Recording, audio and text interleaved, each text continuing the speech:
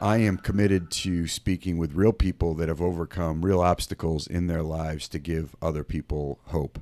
The idea is that so many suffer in silence. I suffered in silence, that if we can overcome out loud, we can help people find a path out of whatever they're struggling with.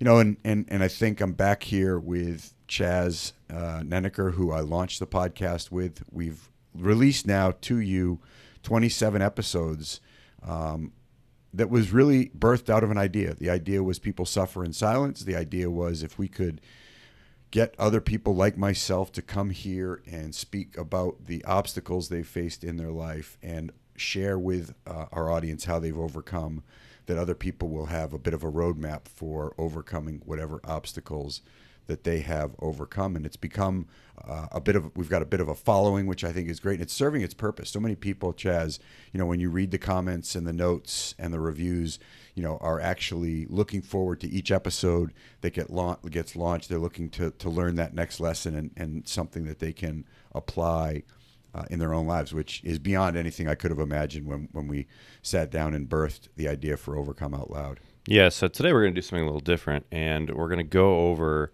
some of the things that you've learned or some of the moments that you think were the most important, not that they should be measured against each other. So what do you think has been the overarching lesson since the beginning of this that you may have learned or realized?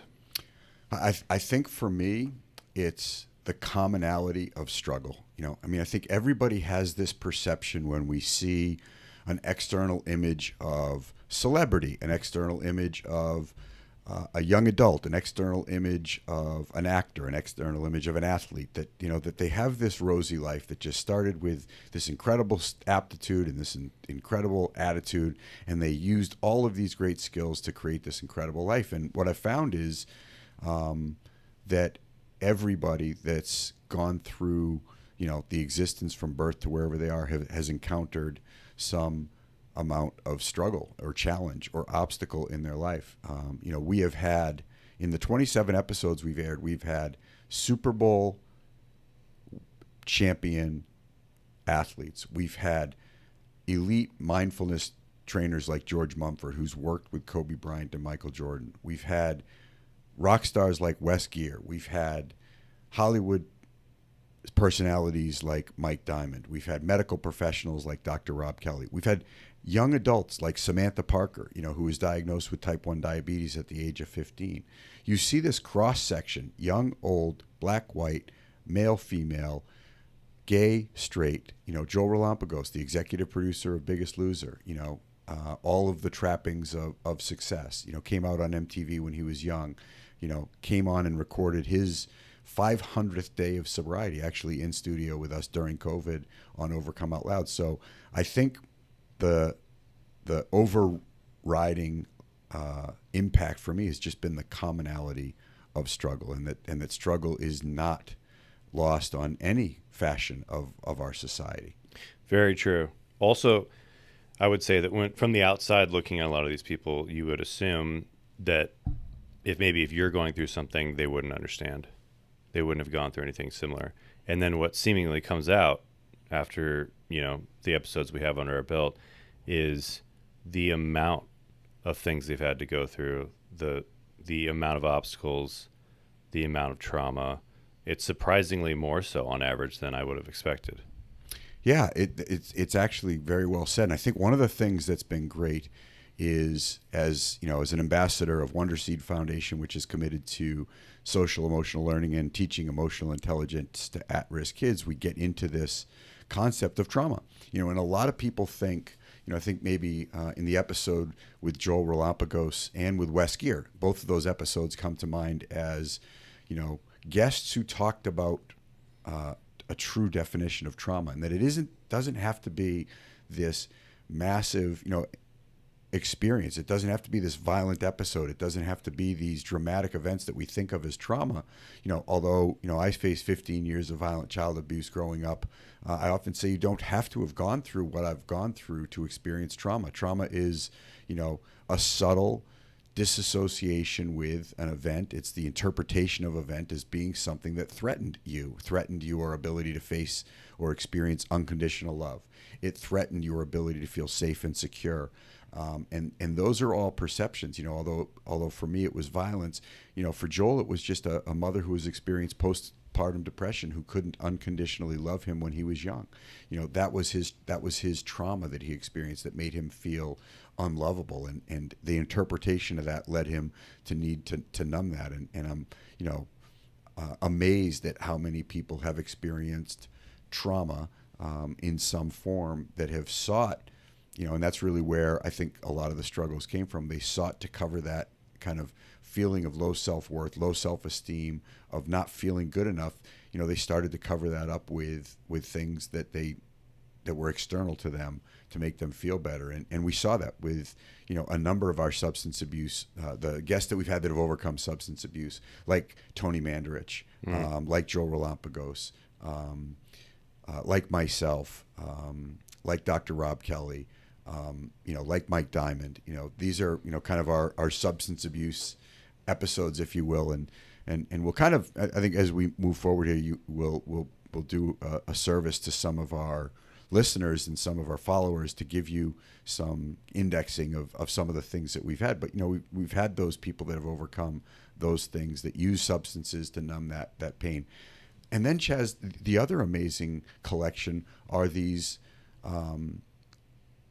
seemingly successful, popular, exceptional people who didn't have substance abuse issues but faced their own obstacles. The episode that comes to mind is Samantha Parker.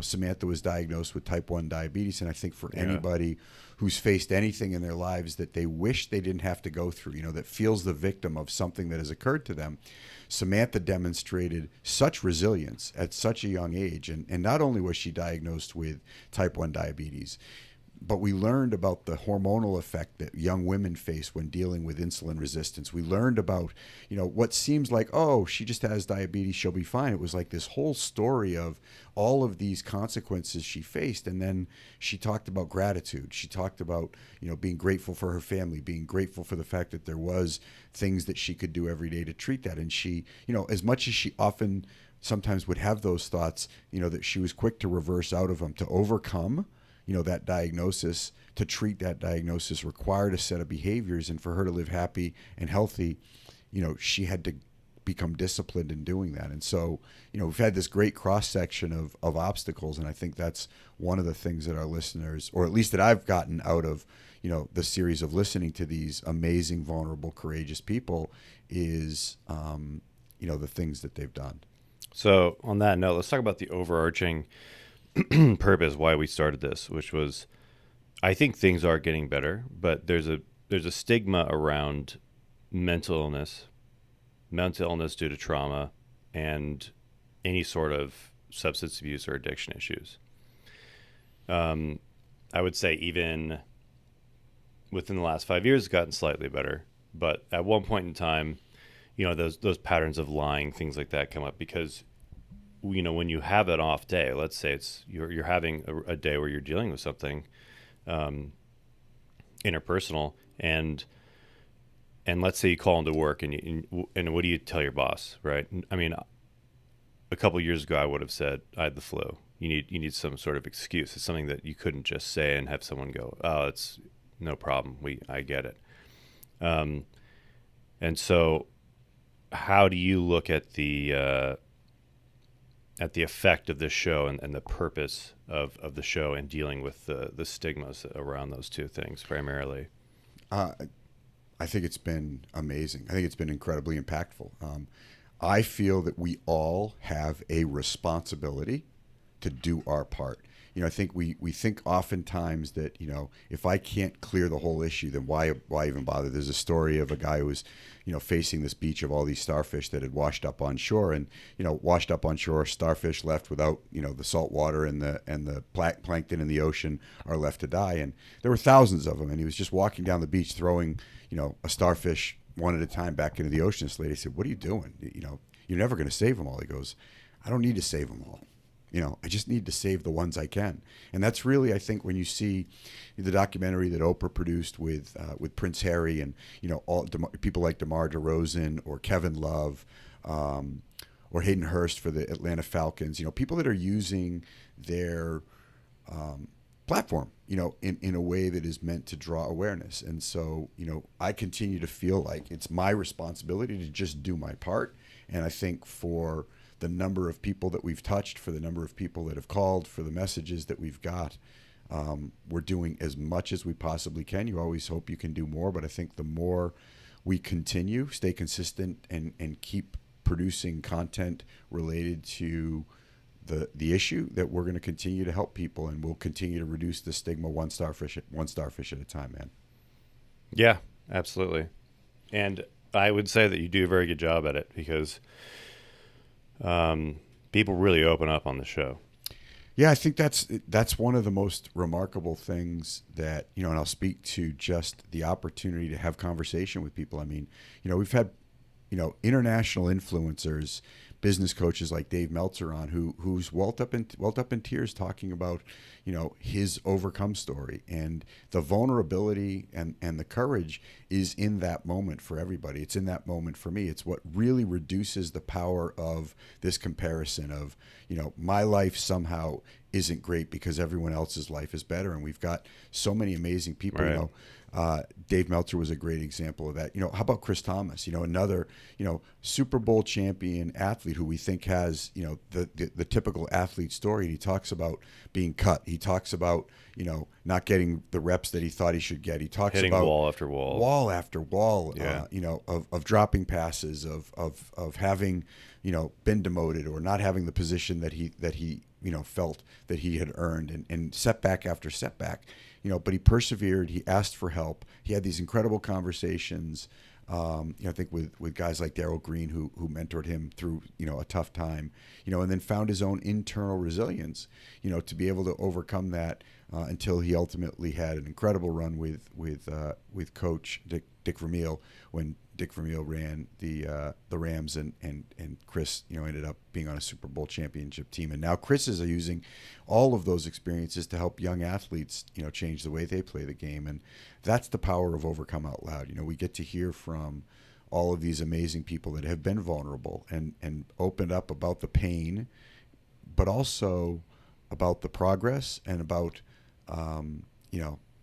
the other side. There's a bright light to each and every one of these stories. And I think that's one of the things, in the new training program I launched called the ABCs of Resilience. I introduce people to the most resilient person they'll ever need to know, and it's them, and we all have a bit of resilience in us. And I think all of our guests have shown, some of the attributes that they've relied on to be resilient. And, I think we're going to build that resilient muscle for people. That's what I feel like we're going to do.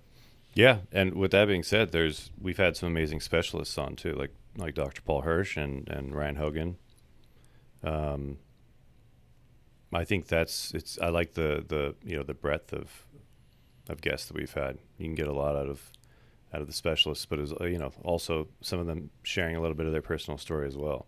Yeah, it's so interesting. Obviously Dr. Paul Hirsch is I credit him with giving me the pen to the story of my life back. Me too. And you as well. And to hear, his episode, wildly watched, and I think, it's a I don't know, it's like a $10,000 therapy session for anybody who wants to listen. It really is, yeah. Like, if you haven't checked that out yet. If you want to get a deal. But man, but he's got, look, I think all of us have learned that so much of what we share has been said before, but sometimes it's the way people say it, the relatability, the authenticity, or just where people are at in their lives to hear the message. And so, he's got I think Paul's got a very unique and authentic way of delivering, absolutely, the solution. And so for that, yeah. And Ryan Hogan, the same. Here we have, a local fitness and wellness expert, who really got into some of the things that he's done to overcome obstacles in the midst of himself having to close his business, in the midst of him having to pivot and deal with, the effects of COVID-19 on his business. He was able to come here and share what he's done, not just from a fitness, but from a well-being standpoint and a business standpoint. And I think as we talk about the fact that we did launch the podcast during COVID, and now we're going to really get into our stride, because look, there's between 1967 and the year 2000, there was almost 98,000 psychological abstracts on depression, anger, and anxiety.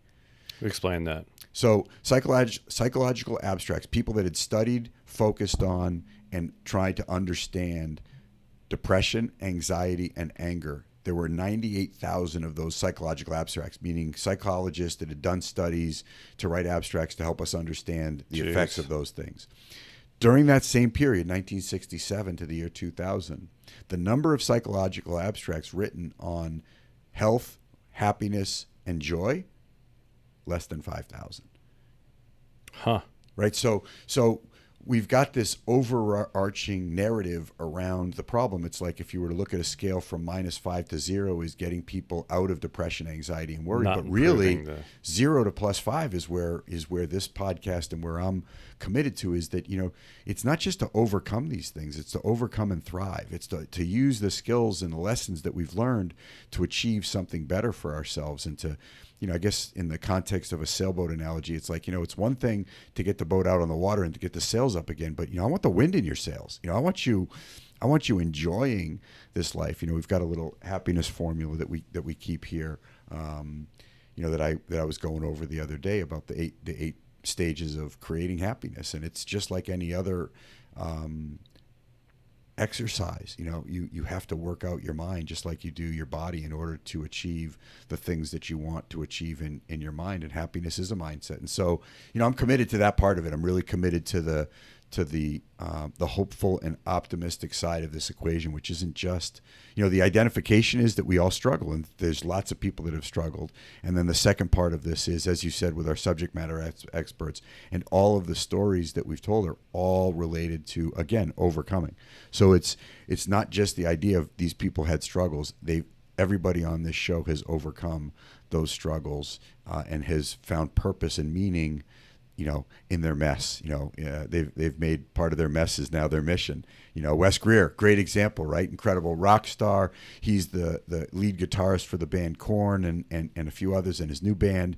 And now he started Rock to Recovery, where he's actually taking his gift, his passion, his skill, his love of music, and moving that into a space of helping people recover from substance abuse. I mean, we all have that ability. We all, it's like we want to say you'll be special when you reach and achieve something, and it's like you're special right now. If you could just cultivate and nurture, the goodness in you, and see where it goes. I think this podcast has been a great example of that.